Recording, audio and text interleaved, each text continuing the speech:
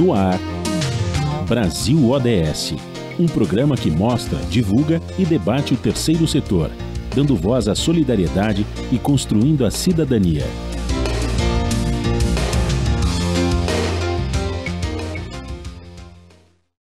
Olá, bom dia. Eu sou Joel Scala e começa agora o Brasil ODS, um programa do Observatório do Terceiro Setor com apoio da FAPESP, a Fundação de Amparo à Pesquisa do Estado de São Paulo. Falha em retardar aquecimento global terá efeitos irreversíveis, dizem cientistas. Hoje vamos falar de meio ambiente e mudança global do clima.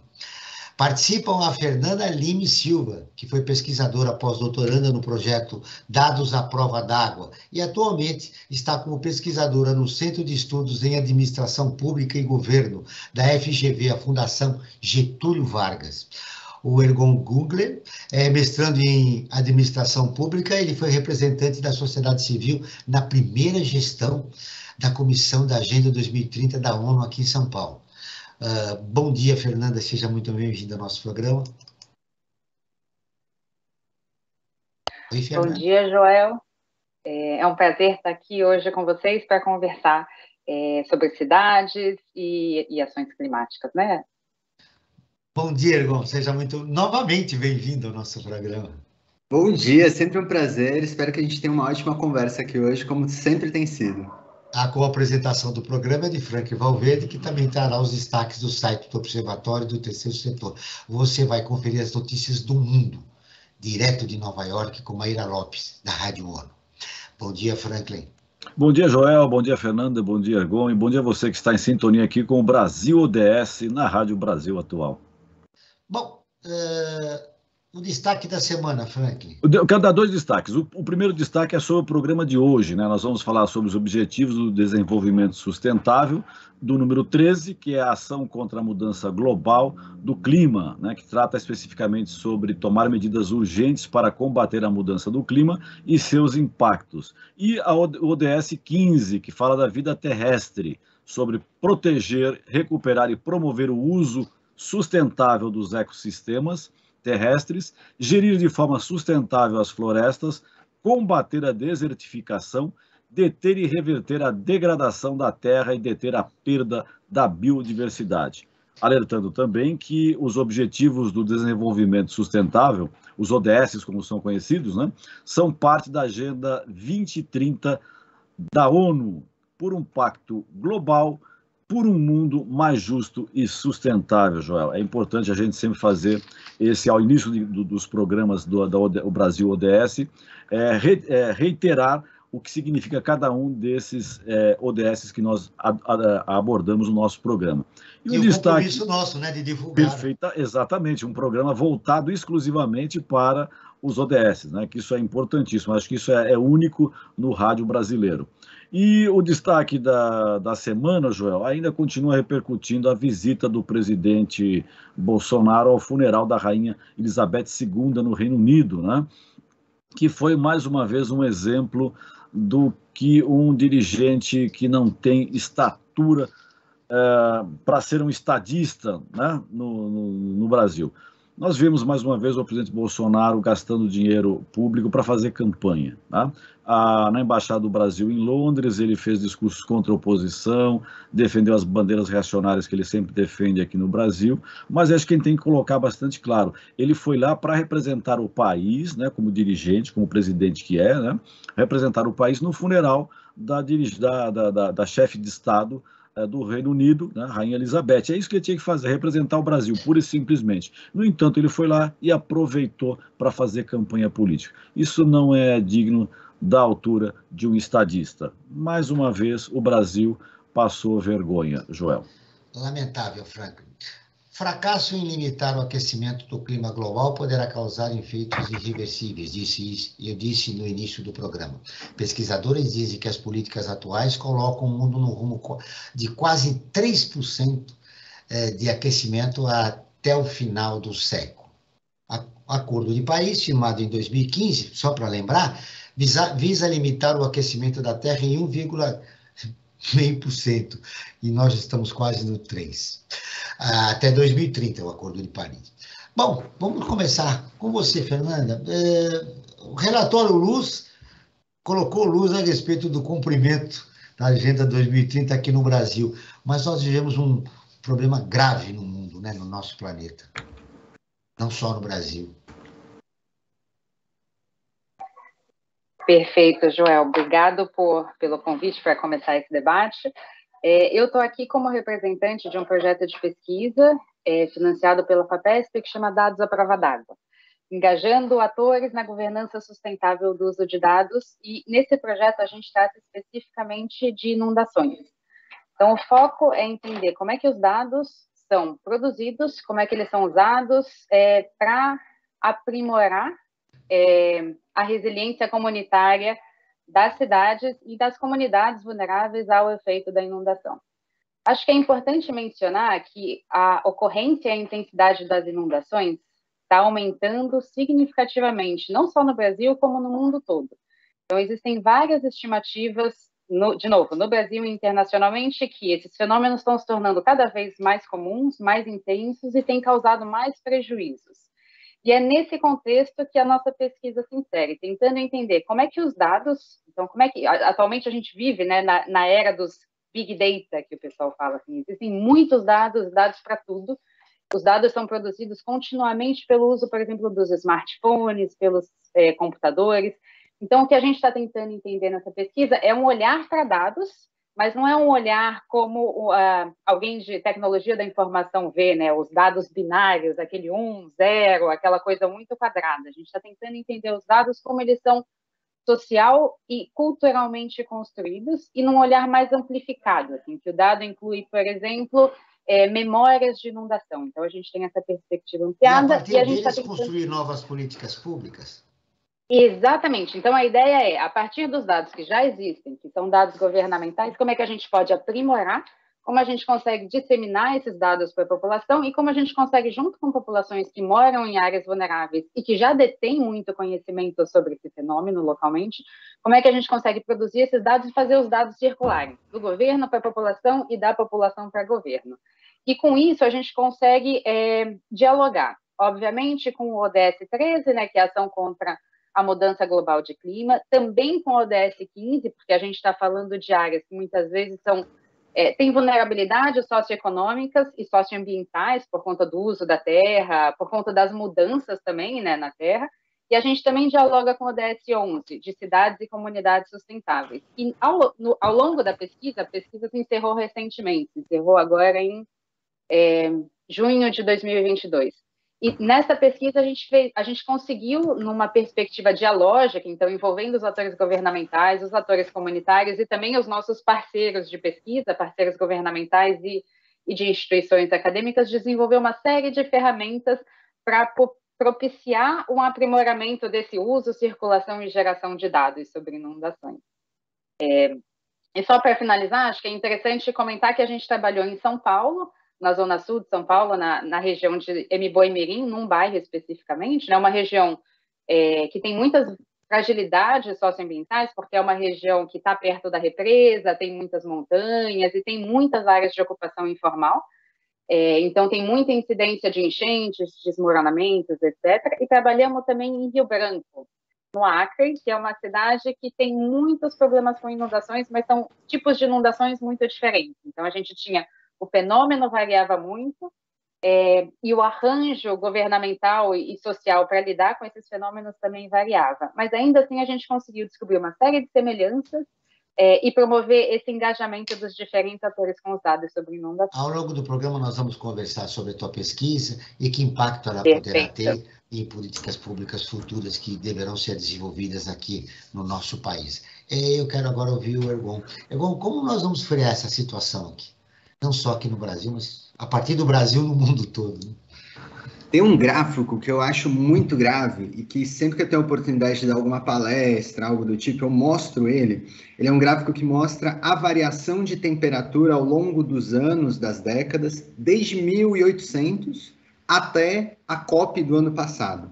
E aí ele coloca esses dois pontos, né? Ele coloca a primeira COP lá em 1995 e a COP mais recente que a gente teve em 2021 e traz a seguinte provocação. A oscilação ela foi crescendo ao longo do tempo, né? A gente teve uma ascendente do crescimento da temperatura, mas mesmo desde a primeira COP até a COP mais recente, a gente tem um crescimento ainda maior. Isso daqui traz uma preocupação no seguinte sentido, né? Uma preocupação dupla. De um lado, será que se a gente não tivesse COP, seria pior ainda a nossa situação?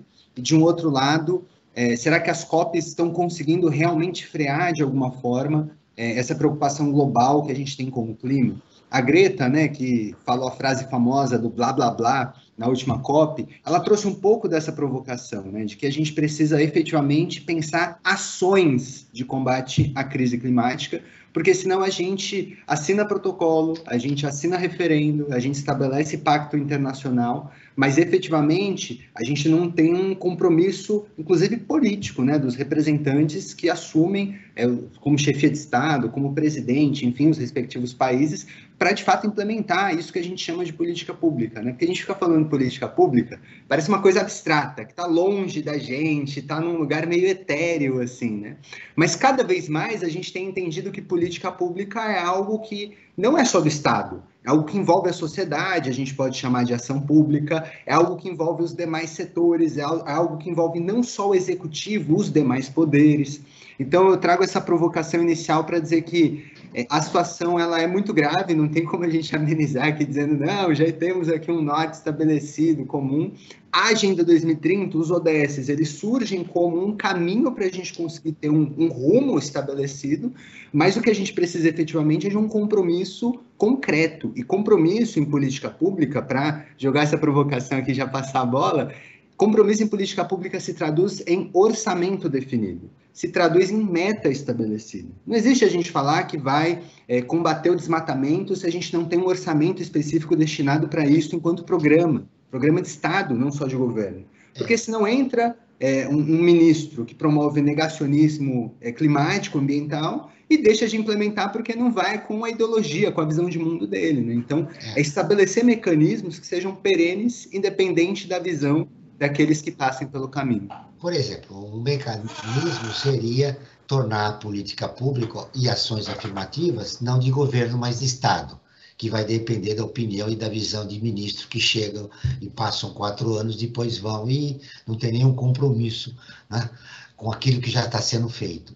E a outra é sensibilizar a população. Bom, como o cidadão comum, olha, o Brasil ODS está entrevistando 2 importantes pesquisadores e tal, que defendem a Agenda 2030 da ONU, mas o que significa isso no cotidiano das pessoas? Como sensibilizar as pessoas? Por exemplo, Fernanda, a partir lá do bairro da Zona Sul de São Paulo, onde tem ocupações em lugares que não deveriam ter, né? Por omissão do poder público, enfim, as pessoas estão lá, e o que provoca aquilo, provoca todo ano uma enchente. Quer dizer, é normal você falar, bom, vai ter enchente já, vem aí, nós estamos chegando, estamos entrando na primavera, né? Dia 21 de setembro é primavera, e depois vem o verão, e aí vem as chuvas de verão que provocam inundações, e a gente sabe que é um problema recorrente. Agora, vamos transformar esse programa, esse diálogo de nós três, o Frank, eu e você e o Egon, para falar para o cidadão público. Por que é importante ele se engajar?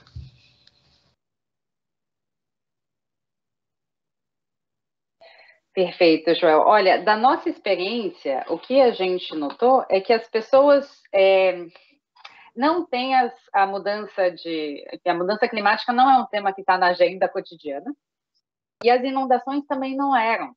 Na verdade, as inundações, a gente fez uma pesquisa, foi uma pesquisação, né, junto com essa população, e o que a gente notou é que tinha uma naturalização das enchentes. Então, as pessoas falavam, sempre enche. E a gente foi pesquisando como é que as pessoas se preparavam para lidar com a inundação. Elas tinham várias estratégias. Então, a maneira delas reagirem com a enchente é se precaver de uma forma muito individual. E aí, o nosso trabalho, a gente utilizou várias ferramentas, mas acho que uma delas muito interessante de compartilhar com vocês foi um mapeamento de percepção de risco. Então, a gente entrevistou em cada cidade 70 pessoas que moravam em áreas vulneráveis a inundações, e aí a gente pedia para elas mapearem. Primeiro, você tem um exercício de trabalhar junto com elas uma localização geográfica. Onde está a sua casa? onde está esse ponto de referência, essa igreja, esse mercado? Entendemos o mapa? Então, agora me indica, se tem uma chuva fraca, onde que alaga? As pessoas indicavam. Onde que alagou na pior enchente que teve? As pessoas indicavam. E aí, com isso, a gente conseguiu fazer um mapa com intensidade de calor, que mostra quais são as áreas que mais alagam, e aí, já fazendo o vínculo com a política pública. Isso é interessante porque é uma informação muito minuciosa, no nível do bairro, assim, da rua, da esquina, que complementa a informação que o governo muitas vezes não tem. Então, acho que esse é um primeiro vínculo, uma possibilidade de diálogo muito interessante dessa produção de dados do cidadão com o que o governo tem. Mas nesse processo das pessoas olharem para o mapa e conversarem sobre inundação, a gente fez depois um evento de apresentação dos resultados e de debate, e o que a gente percebeu é que as pessoas foram mudando a percepção. Então, se antes elas falavam, olha, aqui sempre alaga, elas começaram a falar, eu não sabia que a minha rua, que quando chove eu não posso sair de casa, que isso é um problema. As pessoas achavam que aquilo era o normal. Então, por meio dessa reflexão conjunta, elas começaram a perceber, primeiro, que aquilo era um problema, segundo, que era um problema coletivo, não era só na esfera individual, e começaram, nesse processo, a refletir sobre o papel do governo também nessa governança da inundação. Então, a gente chegou no projeto a pesquisar. A gente teve contato com a Defesa Civil local e a gente chegou a promover esse diálogo entre a população e a Defesa Civil local, tentando compreender, talvez aqui eu esteja avançando um pouco, eu vou só comentar rapidamente, mas acho que uma coisa, a gente sempre trabalhou nessa via dupla, né, população e governo local. E o que a gente observou é que a política pública de combate e prevenção de inundações, ela existe, ela é estruturada, mas dialogando com o que o Ergon trouxe, ela tem poucos recursos e ela não consegue, ela é uma política que necessariamente tem que atingir a população. Porque isso, numa área em que você tem muita população vulnerável em áreas de risco, essa política não pode ficar só no gabinete, ela tem que chegar até as pessoas. E o que a gente notou na pesquisa é que faltam recursos, faltam pessoas e falta também uma abertura, assim, política, digamos, para envolver essa população. Então, acho que esse em síntese, né? Falta quase tudo, né?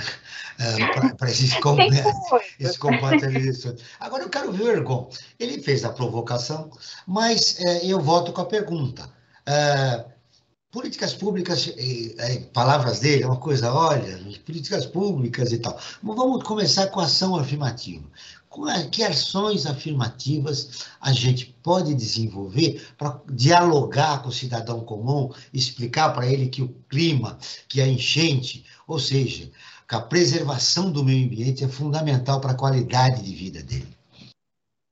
Você sabe que eu tenho rodado bastante, conversado com jovens, com profissionais das mais diversas áreas. Sempre que eu faço algum tipo de palestra, eu trago a provocação climática. E eu sinto que as pessoas se chocam mais, elas percebem o momento que a gente está vivendo, quando a gente traz assim, dados que mostram que, olha, se a gente continuar por aqui, não tem caminho de volta.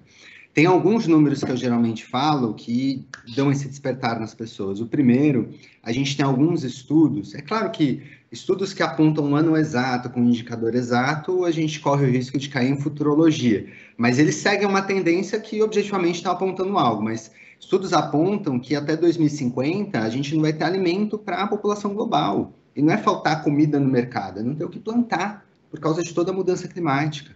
Outros apontam que também em 2050 a gente vai ter 99% das aves marinhas com plástico no organismo. Não estou falando dos peixes, eu estou falando das aves que se alimentam dos peixes e os peixes já com plástico passaram para o estômago das aves. E a gente também come peixe. Eu sou vegetariano, mas a maior parte das pessoas também comem peixe, né? E se alimentam de outros animais, enfim. Então, a gente trazer esses números e mostrar que, olha, parece uma coisa lá distante, mas a gente sempre ouviu falar que esse negócio de crise climática, de aquecimento global, era algo para as futuras gerações. Parece até uma história assim meio apocalíptica, de que o mar está subindo, vai ter um terremoto, vai acabar tudo, vai cair um meteoro. Mas eu trago outra provocação, que é a seguinte: essa talvez seja a primeira geração que vai ter que lidar com a crise climática, porque 2050, eu sou de 98, eu vou ter 52 anos de idade. Uma geração que eu espero estar vivo com 52 anos de idade, né? Então, trazer essa provocação de que, olha, não tem mais como empurrar com a barriga, deixar o abacaxi para os netos, e é uma coisa da nossa geração, é pegar, inclusive, um dado que saiu essa semana, que é assustador, Joel. A gente teve, de janeiro até agosto, o maior número de desmatamento no Brasil nos últimos 15 anos. Eu peguei o número aqui, ó, são 8.000 quilômetros quadrados desmatados em 8 meses. Só São Paulo tem 1.500 quilômetros quadrados, dá mais de 5 vezes o município de São Paulo. E se a gente pegar só o mês de agosto, foi exatamente 1.500 quilômetros quadrados desmatados, ou seja, só em agosto a gente perdeu uma cidade de São Paulo inteira em florestas no nosso país. Então, a gente trazer esses números que parecem às vezes tão distantes, tão abstratos, mas falar, olha, isso aqui não é para a próxima geração, não. É para você, é para o seu filho, é para agora, é para daqui a pouco. E a pandemia, eu acho que a gente tem dificuldade de fazer esse link com a pandemia, né? Já passando a bola em seguida. Mostrar que a pandemia também é uma consequência dessa crise climática que a gente vive, dessa invasão do ser humano a ambientes cujos quais não existe qualquer tipo ali de, às vezes, preocupação governamental de se estabelecer uma harmonia, uma convivência, porque, enfim, ao cabo, a gente fala de sustentabilidade, parece que é uma questão só ambiental. Ela é um norte, ela é uma preocupação que diz respeito ao nosso planeta. Mas sustentabilidade diz respeito a harmonizar a convivência no nosso planeta em todas as outras frentes também, não só ambiental, né? Então, eu acho que é trazer essa provocação, às vezes trazer números chocantes para a população, não é questão de causar terrorismo social, pelo contrário, é causar uma sensibilização de que, olha, não é para depois, não é para daqui a pouco, é daqui 20 anos. É um tratamento de choque para conscientizar a população, né, com dados muito precisos. Agora vamos ouvir a Rádio ONU, parceira de conteúdo do Observatório do Terceiro Setor, com a reportagem ONU alerta que mundo caminha na direção errada quanto à mudança climática. A Maíra Lopes, de Nova York, tem as informações. O secretário-geral das Nações Unidas, Antônio Guterres, avalia que o mundo vai na direção errada na questão climática. Para Guterres, as enchentes, secas, ondas de calor, incêndios e tempestades extremas que só pioram e batem recordes são o preço da dependência de combustíveis fósseis. O relatório mostra que as concentrações de gases de efeito estufa continuam subindo em níveis recordes. As taxas de emissão de combustíveis fósseis estão agora acima dos níveis pré-pandêmicos após uma queda temporária. A ambição das promessas de redução de emissões para 2030 precisa ser 7 vezes maior para estar de acordo com a meta de 1,5 graus Celsius do Acordo de Paris. Segundo o levantamento da OMM, sem uma ação muito mais ambiciosa, os impactos físicos e socioeconômicos das mudanças climáticas serão cada vez mais arrasadores. A publicação aponta que os últimos 7 anos foram os mais quentes já registrados e existe uma chance de 48% de que durante pelo menos um ano nos próximos 5 anos, a temperatura média anual seja temporariamente 1,5 graus Celsius superior à média entre 1850 e 1900. Da ONU News em Nova York, Maíra Lopes. Continuamos com o Brasil ODS, um programa do Observatório do Terceiro Setor, com apoio da FAPESP, a Fundação de Amparo à Pesquisa do Estado de São Paulo. Hoje falando sobre meio ambiente e mudança global do clima, com Fernanda Lima Silva e Ergon Gugler. Franca, a gente sabe que na sua família as pessoas vivem muito, mas 2050, né? Você consumir peixe, você também não consome peixe, né? Alguns, mas... eu sou, digamos assim, quase um vegetariano. Eu consumo alguns peixes e assim esporadicamente. Então, praticamente eu não consumo também, mas é muito pouco meu consumo mas todos de estarão peixe. Contaminados. Exatamente. É isso que é terrível, né? Essa contaminação que atinge todo mundo, né? E é claro, se a pessoa fica doente, mesmo que você não consuma, se você não é um consumidor, mas a doença dessa pessoa vai te atingir também, né? Então atinge toda a sociedade como um todo. Acho que isso que é importante. Que fala assim, mas eu não consumo, tudo bem? Não. O outro pode estar consumindo, isso vai afetar você também, né? Porque isso gera uma série de... né? Desequilibra todo o ecossistema, né? E nós fazemos parte desse ecossistema, né, Joel? Você concorda com o Ergon, esse tratamento de choque, colocar para o cidadão, olha, se você não mudar agora a sua perspectiva de vida, em 2050 nós estaremos no caos, não vai ter mais alimento para ninguém. Sim, sim, eu concordo. Acho que é uma das saídas também, porque já as outras saídas que foram usadas lá para trás não funcionaram, tanto que a gente está nessa situação que nos encontramos hoje, né? Não funcionaram. Então, acho que é uma possibilidade de se tentar outro tipo de alternativa para ver se conscientiza as pessoas, né? E falando de conscientização, Joel, nós aqui do Observatório do Terceiro Setor sempre fazemos uma enquete. Não tem uma base científica, né, mas ela serve para sentir a temperatura, sentir como é que as pessoas estão vendo a questão que nós abordamos nos nossos programas apresentados aqui na Rádio Brasil Atual. E para o programa de hoje, né, que trata do meio ambiente e a mudança global do clima, né, ODS 13 e 15, nós fizemos a seguinte questão. Você percebe as mudanças causadas pelo aquecimento global? E olha só o resultado, 97% das pessoas disseram que sim, que conseguem perceber essa mudança no aquecimento global. 3% diz que não, né? Que está tudo maravilhoso, mas enfim, a maioria esmagadora percebeu que a coisa não está boa, né? Só que assim mesmo a situação não muda. E Desculpa nessa... interromper, viu, Franklin? Eu me lembrei da pesquisa que foi feita que o brasileiro é o 5º país do mundo fora da realidade. Provavelmente sim. Essas pessoas que responderam isso... esses 3 são dos 5 que estão fora da realidade. Da realidade. Mas, enfim, eu queria colocar uma questão que eu acho que é importante, tanto para a Fernanda, para discutirem, aprofundarem, que é a seguinte. A escola brasileira tem cumprido a contento o seu papel na conscientização sobre o meio ambiente, sobre a mudança global do clima? Vamos iniciar pela Fernanda. Perfeito, muito obrigado, Franklin. Eu acho que essa é uma provocação excelente e é uma resposta que é difícil a gente dar de forma única, né? Porque as escolas variam muito em termos de realidade entre os estados e mesmo dentro dos territórios. O que a gente, acho que da nossa experiência de pesquisa, o que a gente pode falar é que tem abertura para se tratar esse tema e tem interesse. E acho que existem muitas frentes, né? A gente trabalhou com o tema da inundação, e aqui eu queria fazer um apêndice, né? Porque acho que inundação, a gente geralmente, todo mundo já passou por um fenômeno de inundação. Tem que passar com o carro por uma poça d'água, ou sair um dia e estava muito cheio, e a gente geralmente acha que tipo, é coisa da chuva. E o que a gente foi trabalhando no projeto, com muitas rodas de conversa e entrevistas com moradores, é tentar fazer essa conexão entre como o meio ambiente mudou e como esses fenômenos foram se tornando mais intensos.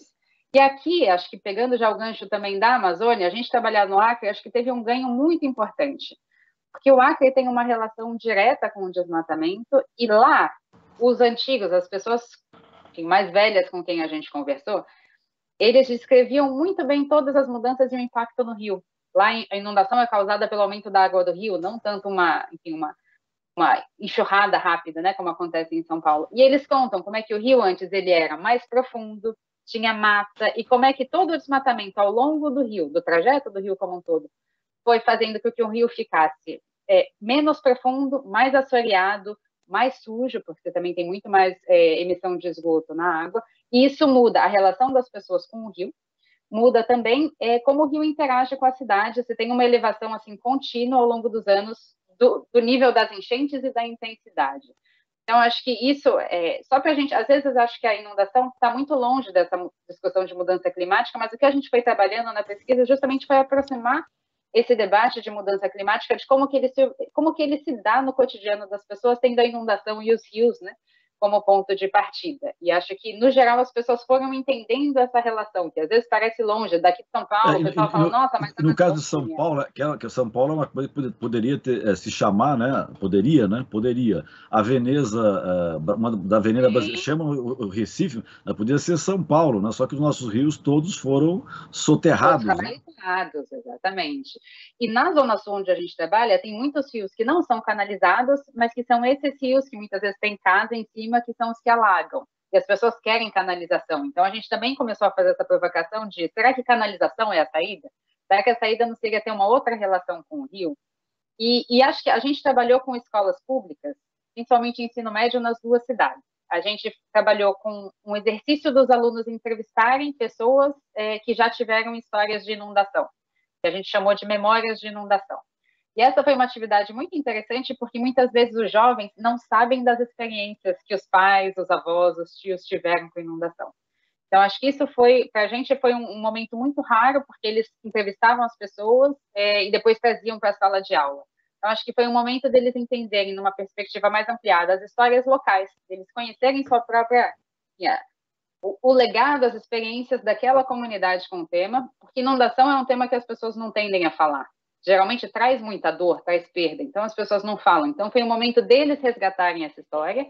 A gente trabalhou com pluviômetros também artesanais, que mediam o nível de chuva, e aí a gente consegue entender, por exemplo, quanto precisa chover para alagar numa determinada região. As pessoas começam a entender o que é 20 milímetros de chuva. Parece tão abstrato, mas aí você consegue... A gente tem toda uma metodologia para explicar isso. E o que a gente observou é que esse fenômeno, que era um fenômeno super distante das pessoas ou naturalizado, por meio desses processos, ele começa a ser um fenômeno que as pessoas entendem as causas e começam a olhar isso numa perspectiva mais crítica. Então, acho que esse é um ponto interessante. E uma coisa que a gente fez, que eu acho que foi assim, um dos pontos altos do nosso trabalho, foi fazer uma live em que estudantes do Acre e estudantes de São Paulo apresentaram e debateram seus trabalhos. E por que eu acho que esse foi um ponto alto? Porque a gente, enfim, o Brasil é um país continental, né? E eu acho que o pessoal de São Paulo tinha muita curiosidade de saber o que é a enchente na Amazônia. Qual que é a relação do desmatamento com a Amazônia e as enchentes? A gente trabalhou isso nas aulas, a gente fez disciplinas eletivas em colaboração com professores das escolas nas duas cidades. E o pessoal da Amazônia tinha muito interesse de saber o que é essa selva de pedra de São Paulo. Então, acho que a gente conseguiu fazer essa articulação e essa troca, não só entre o que é enchente, mas o que é enchente nesses respectivos territórios que são muito diferentes. Né? E acho que esse é um caminho que me parece muito promissor. Você fomentar que os alunos pesquisem, porque esse era o intuito, não é simplesmente passar para eles um conteúdo de uma maneira de cima para baixo, autoritária, mas que eles se tornassem, a nossa proposta é que eles se tornassem cientistas sobre o tema de inundação naquele território, e não só que eles pesquisem, mas que eles compartilhem isso. Acho que da nossa experiência isso se mostrou muito acertado. A gente fez, com base nessa experiência, um manual que a gente chama de guia de aprendizagem para professores que querem reproduzir uma disciplina eletiva com esses temas e nessa perspectiva, né, do jovem como cidadão, que está disponível no site do CAPG, que chama Guia de Aprendizagem Dados à Prova d'Água. A gente só não é muito criativo, porque tudo chama Dados à Prova d'Água. Mas, enfim, acho que foi uma proposta, uma tentativa de inspirar também outros professores a trabalharem com essa temática. Mas pode não ser criativo na escolha do título, mas isso reforça a ideia, né? Tem esse aspecto importante, né? Muito bem, vamos ao ponto 1. A gente estava comentando aqui sobre a questão do negacionismo climático, né? Até sobre essa questão de estar fora um pouco da realidade. E aí eu fui lembrando aqui que desde 1999 a gente já tem uma política nacional de educação ambiental. E aí em 2012 que ela foi finalmente regulamentada via Conselho Nacional de Educação, foi estabelecida pelo MEC como uma diretriz. Mas é curioso porque mesmo a gente tendo isso, a gente ainda tem uma minoria absurda da população, e principalmente até de jovens, sem conhecer efetivamente ali. Quase ninguém conhece o que são as 3 letrinhas ali, ODS, né? Ou o que significa desenvolvimento sustentável. Ainda é algo muito tabu, é algo muito... A gente ouve até um negacionismo ali dizendo que é coisa de comunista, esse negócio de Agenda 2030, né? Tem toda essa narrativa que se coloca. Por que eu estou trazendo esse ponto? Porque na administração pública, a gente tem um autor chamado Maitland, e ele diz para a gente que, às vezes, a omissão também é uma ação. Então, quando um governante ele decide sentar em cima e simplesmente não fazer, ele está fazendo uma ação, ele está fazendo uma política, que é uma política de simplesmente não implementar algo, né? Então, eu acho que, num contexto atual que a gente vive, a gente tem uma dupla dificuldade, uma dificuldade a nível de Ministério do Meio Ambiente, em que a gente não tem um debate estruturado de ações mais hard mesmo ali, pensando, né, o dia a dia de preservação ambiental, de combate à crise climática, mas a nível de Ministério da Educação também a gente não tem claro quais são as políticas que orientam efetivamente a educação pública brasileira. No limite a gente tem o homeschooling, que é a pauta principal hoje do Ministério da Educação, você tem o debate lá de azul e rosa, que a Damares coloca, mas eu trago tudo isso para dizer o seguinte: incorporar a educação ambiental num currículo é efetivamente ter uma disciplina para isso, ter uma matéria para isso, ter um tempo dedicado para isso, porque Enquanto a gente só coloca como um sonho a ser alcançado, algo que apresenta lá num planejamento como uma meta, um objetivo, a gente efetivamente não consegue conscientizar a população de como a médio e longo prazo transformar essa perspectiva atual que a gente tem em algo que seja não tão grave quanto a gente traça hoje, né? E eu acho que tem uma reflexão aqui muito importante, que passa, inclusive, das metodologias ativas de aprendizagem. Perceba, essas experiências que a Fernanda está trazendo aqui, que são experiências de sucesso, de reflexão, são experiências que pegam mão na massa mesmo, que você consegue sentir ali o que é a sustentabilidade, o que é o desenvolvimento sustentável, como você se envolve com o meio ambiente. Então, a provocação, ela vai tanto por um lado da gente considerar a educação ambiental como currículo nas escolas, mas, por um outro lado, da gente também entender que esse modelo de chegar na sala de aula, olhar para uma lousa, um professor vai lá e desenha um círculo e fala que aquilo é uma célula, isso aqui é uma coisa que está zombando ali com a cara de uma criança, que não, uma célula eu consigo abrir aqui no Google, eu vejo uma célula em 3D flutuando, eu não sei como. Então, o professor às vezes fica refém dessa falta de estrutura, dessa falta de diretriz, dessa falta de ferramentas para conseguir fazer uma educação que seja mais interativa, e mais do que interativa, ela trabalhe a metodologia ativa de aprendizagem. Porque isso sim, em vários estudos e perspectivas, a gente vê que traz resultado para médio e longo prazo realmente compreender a importância de vários temas, incluindo o desenvolvimento sustentável. Senão ela não vai funcionar, sobretudo nessa questão. A onda de calor extremo na Europa será padrão até 2035. Um verão médio na Europa Central em 2100 poderá ser mais de 4 graus centígrados, mais quente do que era na era pré-industrial. Lembrando que nenhuma das principais economias do mundo, incluindo o G20, tem planos que cumprissem as obrigações do Acordo de Paris. Olha só essa situação. E aí, qual seria o papel das multinacionais nesse contexto, Fernanda? Quer dizer, olha, você trabalhou numa pesquisa importante a respeito de enchentes, e agora as empresas, as multinacionais, falam no ESG, da responsabilidade social, mas você sente que o capital está preocupado com essa questão, efetivamente, para provocar alguma mudança? Joel, enfim, a nossa pesquisa não tratou do capital. Acho que é importante falar isso. A gente olhou principalmente para atores de governo. Eu sou da administração pública, né? Então olhamos para governo e para a sociedade civil. Mas o que a gente observou, obviamente não tem como escapar do capitalismo e não tem como escapar das empresas.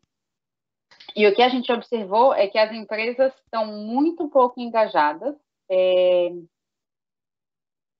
na questão das enchentes, em como prevenir, em como minimizar.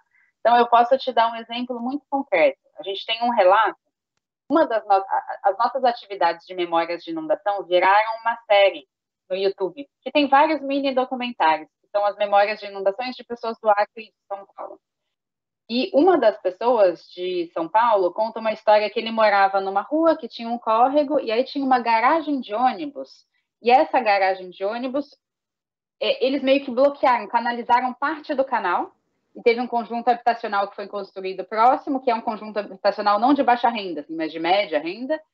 E aí o que ele conta é, quando construíram esse conjunto, bloquearam o canal, e bloquearam o canal na garagem de ônibus. Então, o trecho que ele morava, o quarteirão, começou a ter enchentes homéricas que nunca teve, justamente por conta dessa falta de diálogo e de um olhar para o canal que é muito individualista.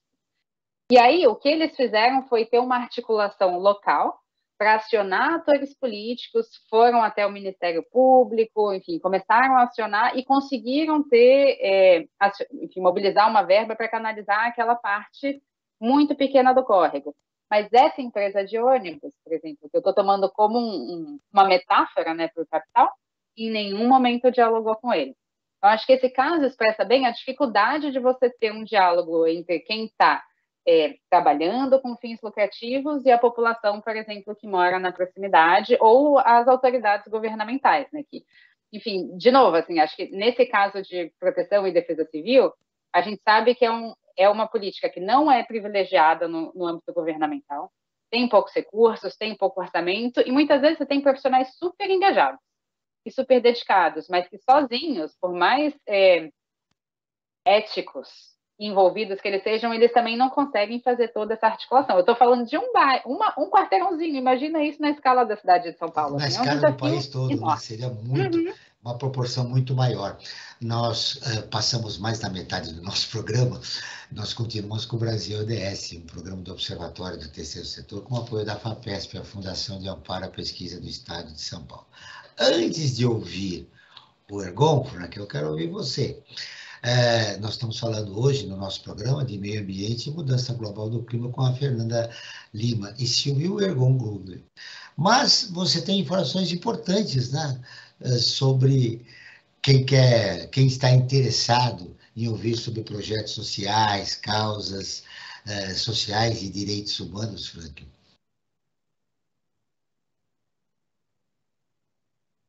Eu estou sem o seu som, Frank. Verdade, desculpa. Na verdade, eu vou repetir para você. Eu quero que eles saibam, né?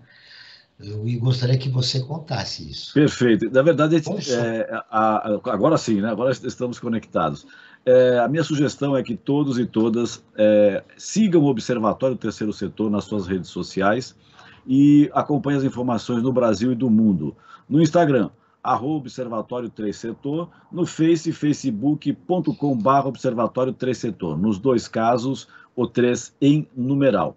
Além disso, nossos programas de rádio, como esse que nós estamos fazendo aqui agora, também estão disponíveis no canal do Observatório no YouTube. Lá você também encontra entrevistas e quadros como Você Sabia e Você Conhece, que mostram aspectos ignorados da história e refletem sobre a nossa sociedade. Basta buscar por Observatório 3 em numeral Setor, Joel. Muito bem. A Amazônia teve o mês de agosto com mais queimada dos últimos 12 anos. O Ergon citou a Amazônia. Foram 33.116 focos. Nevoeiro cinza, que tomou o céu de São Paulo no começo do mês, dizem especialistas, pode estar relacionado com essas queimadas que acontecem na Amazônia. Agora sim, vou te ouvir, Ergon. E aí, o relatório Luz colocou um balde de água fria, né, na nossa luta para o cumprimento dos 17 ODS. De que maneira nós podemos reagir, né, para produzir ações afirmativas para que no próximo relatório a nossa cidade, o nosso país comece a reagir? Eu acho que todos os exemplos que a gente está passando aqui dá luz, até fazendo um trocadilho com o relatório Luz, de como ninguém consegue andar sozinho.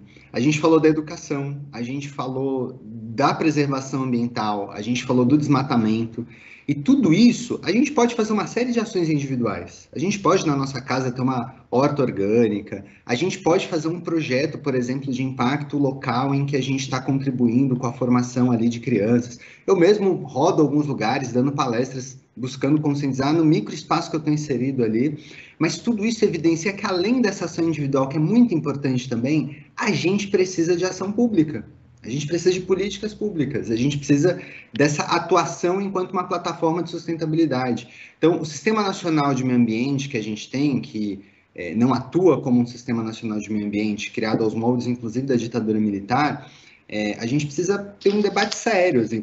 Inclusive, o debate hoje, né, dos presidenciáveis e tudo mais, teve um deles que virou e falou, olha, esse negócio aí de meio ambiente não é mais papo de bicho grilo, né, como se tivesse sido antes, mas agora é um papo em que a gente precisa incluir na nossa agenda de forma estrutural.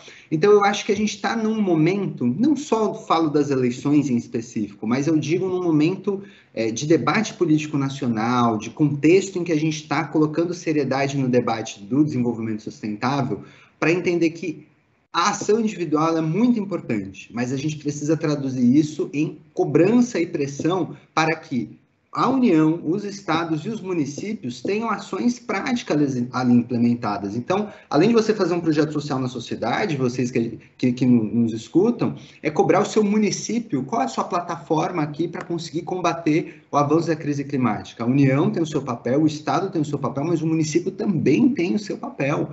E não é pegar, por exemplo, um semáforo, dizer que tem a cor verde do semáforo e aquilo é o ODS relacionando a preservação do meio ambiente, que a gente vê muito isso em vários lugares, né? Então, é a gente realmente colocar planos municipais de desenvolvimento sustentável, atrelados ao orçamento, à lei orgânica municipal, ao PPA, à LOA, à LDO. Estou falando aqui várias siglas que podem confundir as pessoas, que nada mais significam que o governo, o Estado, precisa ter o seu papel como player empreendedor e condutor desse processo todo, porque senão há um exemplo aqui concreto. Esse debate todo sobre a questão de crédito de carbono, né? A gente tanto ouve falar de crédito de carbono, no último ano a gente teve mais de 2 bilhões de dólares investidos nessa discussão de crédito de carbono, e a McKinsey aponta que até 2030 a gente deve ter mais de 50 bilhões investidos em créditos de carbono. Mas o Brasil hoje, por exemplo, está atrasado nessa discussão, não tem uma regulamentação explícita. Mais uma vez a gente vê um negacionismo aí climático da postura do ministério que fala, isso daí não dá dinheiro, não leva a nada, todo mundo fala que vai, mas não vai. Então percebam que até isso que é uma questão que pode trazer recurso, pode combater efetivamente, pode gerar recurso para replanteio de árvores. A gente precisa do Estado atuando ali no seu papel. Então, eu acho que é mobilizar a sociedade para ações individuais, mas, sobretudo, para que a gente, enquanto sociedade, também garanta que municípios, estados e União estejam como players empreendedores nessa mudança que a gente fala de sustentabilidade. Ou seja, desenvolva uma nova consciência a respeito desse tema. Estou com 10 minutos para fechar. Falamos bastante hoje, hein, Franco Valverde? É verdade. Eu quero que você dê o destaque final, 10 informações, 10 minutos, e a gente usa os outros 8 minutos para os nossos convidados. Perfeito, Joel. Então, vamos lá. Eu quero dar alguns destaques do site do Observatório do Terceiro Setor, né? Antes disso, convidando as pessoas, a todos e todas, a visitarem, né? observatório3setor.org.br. Lá vão encontrar uma série de matérias tratando de cidadania, de meio ambiente, enfim. Entre essas matérias, algumas que estão entre as mais lidas, né? O mistério da ponte Overtown, onde cachorros pulam para a morte sem explicação, né? Ficou curioso? Dá uma olhadinha lá no nosso site, vai encontrar essa matéria. Outra matéria fala também sobre uma clínica médica que oferece exames preventivos em Curitiba, né? Então, também é outra matéria interessante de cunho social. E a matéria que eu quero dar o destaque, está relacionada diretamente com o tema do programa de hoje, é a crise ambiental no Brasil pode atingir ponto de não retorno. Olha só como é gravíssimo, né? O ponto de não retorno. Essa foi uma matéria que foi escrita pela Yara de Andrade, e lá relata que o Brasil vem enfrentando consecutivos recordes de desmatamento, períodos de muitas queimadas, além de destruições pelo garimpo ilegal, tá? Que também é um outro drama que a Amazônia vive atualmente. Especialistas apontam que os impactos para a crise ambiental e da biodiversidade e da vida das pessoas, estudos alertam para possíveis danos permanentes. Ou seja, a natureza, de uma certa forma, ela tem um grau de resiliência, né? Ela se recupera uma parte, não totalmente, mas se recupera. Agora, está chegando um ponto que é o ponto da desertificação, de não mais ter essa recuperação. Então, isso é muito grave e todos e todas temos que ficar atentos, né? Essa matéria que eu disse e as outras também podem ser encontradas no site do Observatório, e lá tem um recurso de audiodescrição, um recurso que permite que as pessoas portadoras de deficiência visual tenham acesso ao nosso conteúdo. Assim como também essa ferramenta ajuda que pessoas que queiram fazer as suas atividades no dia a dia e acompanhar os conteúdos do nosso site, acionem essa ferramenta e vão fazendo as suas atividades, ouvindo as matérias que estão lá no nosso site. E como você disse que estamos para encerrar, Joel, vou encerrar minha participação. Daqui a pouquinho, porque nós temos então tá bom. minutos. Então tá, eu tenho aqui um destaque final. Só lembrando aos ouvintes que nós estamos no último bloco do Brasil ODS, no programa do Observatório do Terceiro Setor, falando sobre o meio ambiente e mudança global do clima, com a Fernanda Lima Silva e o Ergon Glugler. E esse programa tem o apoio da Fundação de Amparo à Pesquisa do Estado de São Paulo, a FAPESP. Muito bem. Eu queria citar aqui um aplicativo, viu, Fernanda? Vou usar agora os finalzinhos do nosso programa, nós estamos caminhando para o encerramento, que é o aplicativo que você participou, que ajuda comunidades a monitorar enchentes e fornece dados para a prevenção de desastres.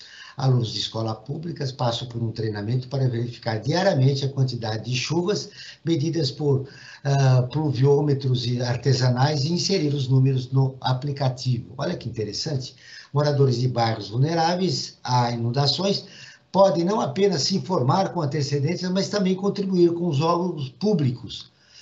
Rapidamente, um pequeno comentário sobre esse trabalho, sobre essa iniciativa importante, né?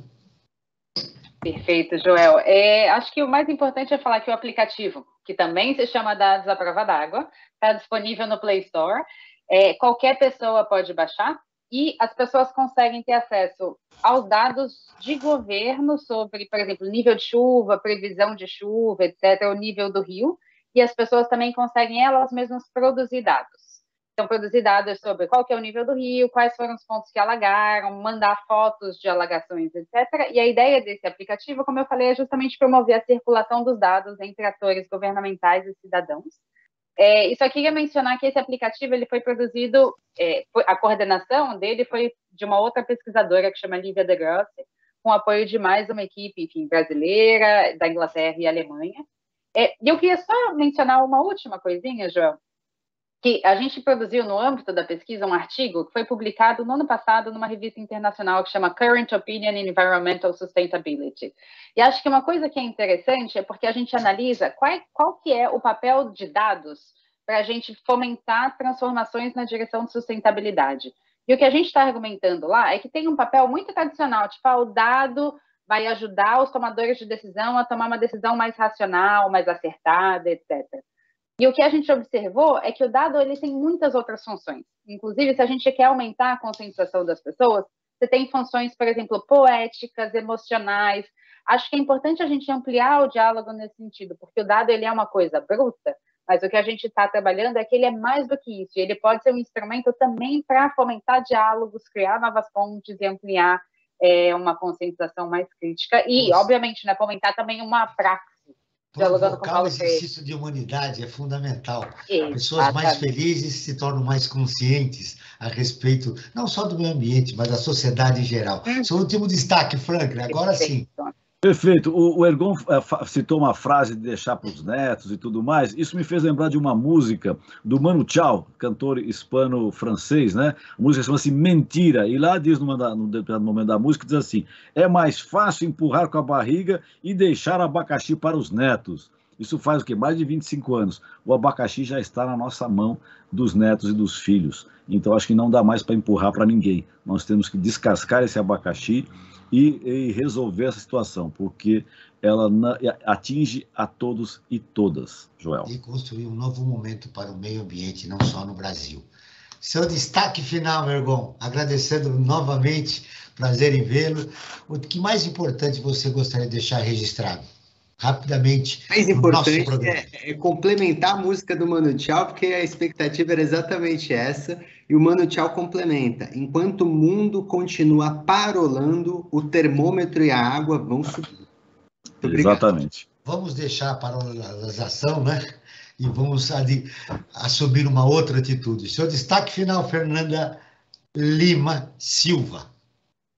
Perfeito. Gente, eu quero só agradecer. Foi um ótimo papo e eu acho que é um papo que daria para a gente continuar aqui por muito tempo, porque, enfim, acho que está na hora realmente da gente, estava comentando, assim, tem que ter uma mudança de praxis, né? As pessoas têm que refletir e têm que agir. Eu acho que esse é realmente um momento da gente falar cada vez mais disso e fomentar mudanças. Então, muito obrigada, foi um prazer estar aqui com vocês. E a mudança depende de você, ouvinte, de mim, da Fernanda, do Ergon, do Franklin. O Brasil ODS, um programa do Observatório do Terceiro Setor, com apoio da FAPESP, a Fundação de Amparo à Pesquisa do Estado de São Paulo, está terminando. Eu agradeço a Fernanda Lima Silva, pesquisadora no Centro de Estudos em Administração Pública e Governo da Fundação Getúlio Vargas. O Ergon Gugler, que foi representante da sociedade civil na primeira gestão da Agenda 2030 da ONU em São Paulo. Esse programa foi produzido pela equipe do Observatório do Terceiro Setor. Na próxima terça-feira, às 9 horas, acompanhe o nosso programa Perspectiva, sempre com assuntos importantes da atualidade. E ficamos por aqui, sempre na luta por uma sociedade mais justa, solidária, sustentável e tolerante. Até o próximo programa.